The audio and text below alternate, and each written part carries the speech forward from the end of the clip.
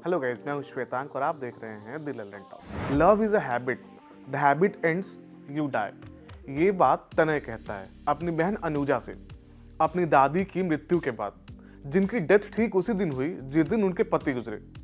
ये बातचीत हमें सुनने को मिलती है Sachin Kundalkar directed film Cobalt Blue में। ये फिल्म सचिन की 2006 में आई इसी नाम की मराठी नॉवल पर बेस्ड है। हालांकि फिल्म के ओपनिंग या एंड क्रेडिट रोल में इस फिल्म के डायरेक्टर का क्रेडिट नजर नहीं आता। कोबाल्ट ब्लू की कहानी एक लाइन की है। कोची में रहने वाले एक मराठी परिवार के भाई और बहन दोनों को उस आदमी से प्रेम हो जाता है जो उनके घर में पेइंग गेस्ट बनकर रहने आया है। ये कहानी 1996 में घटती है, जब इंडिया में गे या लेस्बियन होने को क्राइम माना जाता था। उसी साल दीपा मेहता की सेम सेक्स रिलेशनशिप पर बात करने वाली फिल्म फायर रिलीज हुई थी। कोबाल्ट ब्लू के एक सीन में इस फिल्म का पोस्टर भी नजर आता है। मूलतः ये फिल्म प्रेम और उससे उपजे दुख की बात करती है। फिल्म के शुरुआती सीन में विद्याधर दीक्षित अपने परिवार को महाराष्ट्र से केरल बुलाते हैं। फैमिली को अपने पास बुलाने की इकलौती वजह है उनकी भूख। इस भूख का अर्थ अगर विद्याधर जी के शब्दों में समझे तो ऐसी भूख जो खाना खाने से नहीं मिटती। इस बात को वो बिना लाग लपेट अपनी पत्नी को कह देते हैं। ये सीन इस फिल्म के लिए मूड सेट करता है, कॉन्ट्राडिक्टरी मूड। ये फिल्म उस विरोधाभास का भान कराकर आपको कुछ समझाने की शुरुआत करती है। कोबाल्ट ब्लू किताब में लड़का और लड़की यानी तनय और अनुजा दोनों के पर्सपेक्टिव से कहानी बताई जाती है कि एक अनजान आदमी आकर उनकी लाइफ में कितना बदलाव ला देता है। तनय एक मिडिल क्लास कंजर्वेटिव फैमिली से आने वाला लड़का है, मगर उसकी आज़ादी वहीं तक है जब तक वो समाज के बनाए ढर्रे पर चल रहा है। उस समाज में उसे किसी आदमी से प्यार करने की इजाज़त नहीं है। मगर गे होना ऐसा कोई भाव तो है नहीं जो आपके मन माफिक समय पर आए। वो आप में या तो पैदाइशी होता है या नहीं होता। इन सब से गुजरने के बाद जब आप पहली बार किसी के साथ शारीरिक संबंध बनाते हैं तो उसके क्या मायने होते हैं, उस शख्स के साथ होने के दौरान आपको क्या महसूस होता है, उसके जाने पर कैसा लगता है। ये फिल्म इन चीज़ों को समझने की कोशिश करती है। नॉवल की तरह इस फिल्म में भी महिला के नज़रिए को बहुत साफ तरीके से नहीं रखा गया है। वो लड़की के पर्सपेक्टिव को ज़्यादा तवज्जो नहीं देती। इसके पीछे की वजह ये हो सकती है कि उस नॉवल के राइटर और फिल्म के डायरेक्टर सचिन कुंडालकर को फीमेल पर्सपेक्टिव की ज़्यादा जानकारी नहीं रही होगी। आप बिना महिला हुए किसी महिला का नज़रिया कैसे लिख सकते हैं।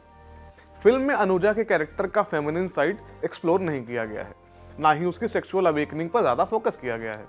मगर उस किरदार की मदद से आपको भारतीय समाज में पितृसत्तात्मक यानी पेट्रियार्की की बुनियादी समझ हासिल हो जाती है। फिल्म कई मौक़ों पर इतनी पर्सनल हो जाती है कि उससे दूरी बना पाना संभव नहीं होता। फिल्म में एक सीन है जहाँ तनय अपनी बहन को पेइंग गेस्ट के साथ शारीरिक संबंध बनाते हुए देखता है। वो उनके बुलावे पर एक बार उनके साथ हो जाना चाहता है, मगर उससे पहले उसकी चेतना उसे झकझोरती है और वो नींद से जाग जाता है। अंग्रेजी में कहते हैं what is most personal is most universal. इस सीन में आपको इस लाइन का मन समझ आता है। ऐसा नहीं है कि कोबाल्ट ब्लू में कोई खामी नहीं है, मगर उन खामियों से बड़ी वो नीयत है जो इस फिल्म के बनाए जाने में नजर आती है। जिन सीन्स में तनय अपने अनाम किराएदार के साथ होता है वो फिल्म के सबसे खूबसूरत हिस्से हैं। अपने प्रेमी के जाने के बाद फिल्म के हर सीन में आपको तनय के साथ नीला रंग नजर आता है। कई बार वो बदन पर पेंट होता है तो कई बार कपड़ों या नेपथ्य में पाया जाता है। ये नोटिस करने के लिए आपको रंगरेज होने की जरूरत नहीं है। कोबाल्ट ब्लू में नीले महिंडाले ने तनय नाम के लड़के का रोल किया है जो राइटर बनना चाहता है। गे होना उसकी पहचान नहीं है, पहचान का हिस्सा है। नीले का बॉयज चार्म इस किरदार में उनकी बहुत मदद करता है। तनय की बहन अनुजा का रोल किया है अंजलि शिवरमन ने। अनुजा एक ऐसी लड़की है जिसे लड़कियों टाइप का सजना संवरना पसंद नहीं है। उसका सपना है हॉकी प्लेयर बनने का। प्रेम उसे तमाम पाबंदियों से आज़ाद करता है, उसे अपने साथ कंफर्टेबल बनाता है। प्रतीक बब्बर ने उस अनाम किराएदार का रोल किया है जिसके साथ तनय और अनुजा प्रेम में पड़ जाते हैं। अगर आप कन्वेंशनल तरीके से देखें तो सारी फसाद का जड़ यही कैरेक्टर है। अगर इसे फिल्म से निकाल दें तो कहानी में कुछ भी नहीं बचेगा। ये प्रतीक बब्बर के करियर के सबसे अच्छे कामों में से है। मगर फिल्म का सबसे मजबूत किरदार है तनय का प्रोफेसर। नील भूपलम का निभाया यह कैरेक्टर आपको इंडिया में LGBTQ कम्युनिटी की दुनिया का रियलिटी चेक देता है।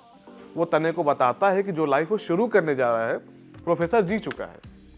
लंबे समय के बाद हुआ ऐसा कि कोई ऐसी फिल्म आई है जिसे देखकर मैं इतना भाव विभोर यानी ओवरवेल्म हो गया हूँ कि समझ नहीं आ रहा कि उन भावों को इकट्ठा करके एक जगह पे कैसे रखा जाए।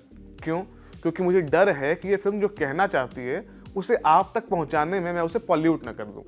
क्योंकि इस फिल्म को देखते वक्त आपको जो भी महसूस होता है वो बिल्कुल प्योर फीलिंग है। फिल्म में कई मौक़ों पर आपको लॉजिक की कमी लगती है, मगर प्रेम में आप तर्क नहीं ढूंढते।